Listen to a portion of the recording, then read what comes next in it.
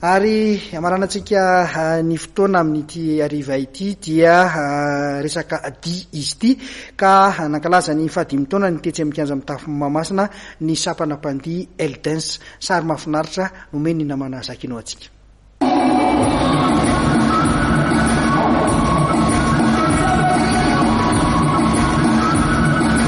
Fiaonana sy fiara-mifaly ny fianakaviam-ben'ny mpandihy malagasy no nentin'ny Eldens nankalaza ny fahadimy taonany atetsy amin'ny kianja mitafy Mahamasina androany tolakandro.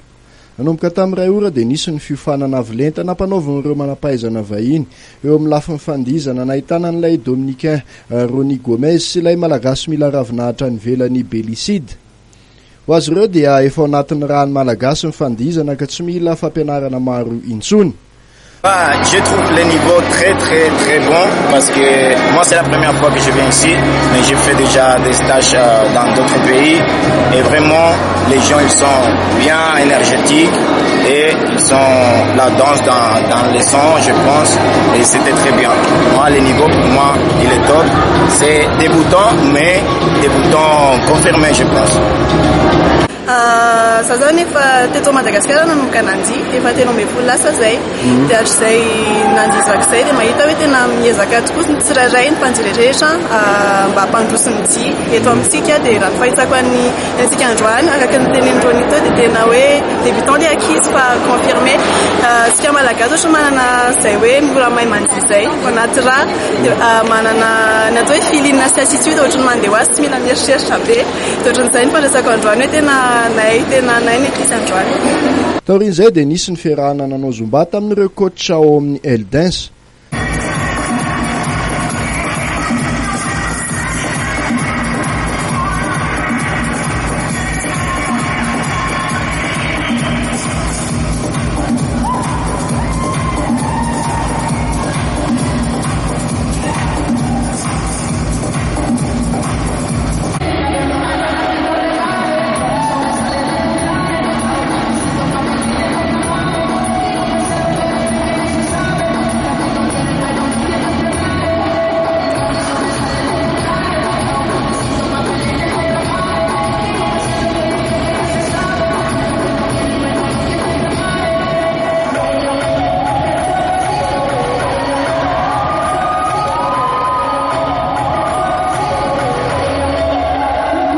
Nandritra ity fotoana ity moa no nanambarany lalaina atompona ndraikitra voalohany amin'ny Eldens ny zava-bitany tao anatin'ny 5 taona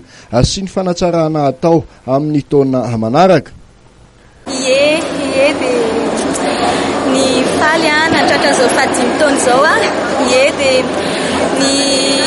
zavatra niavaka angamba marobe zavatra niova tao nisy tamin'ny voaloha fiandohany tany nisy ny zomba fotsiny dia avy eo nona ny formation betapena tolona le avy tany andafy dia lasa nianatra sport mihitsy dia nisy karazana diplôma betabe azoko dia lasa nisy salle de sport mihitsy ny amin'ny Eldens zany hoe lasa misy étage dia misy resaka fitness betabe zay ngamba ny vaovao dia ny amin'izao fa 5 taona zao zay satria tany tosy foana dia isala isokatra aty amin'ny ville atsoaty manomboka janvier izy zay ngamba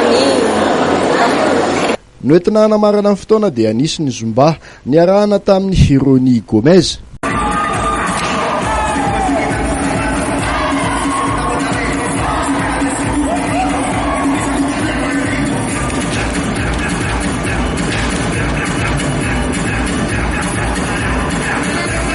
Dia iny fanadihadiana iny koa tompoko lasy tompoko vavy no mametrahako ny veloma mandram-piona ho amin'ny heriny ny toy izao indray sorana betsaka ianao tany tokantrano tany anaraka ny fandarana mahery hatramin'ny farany veloma tompoko.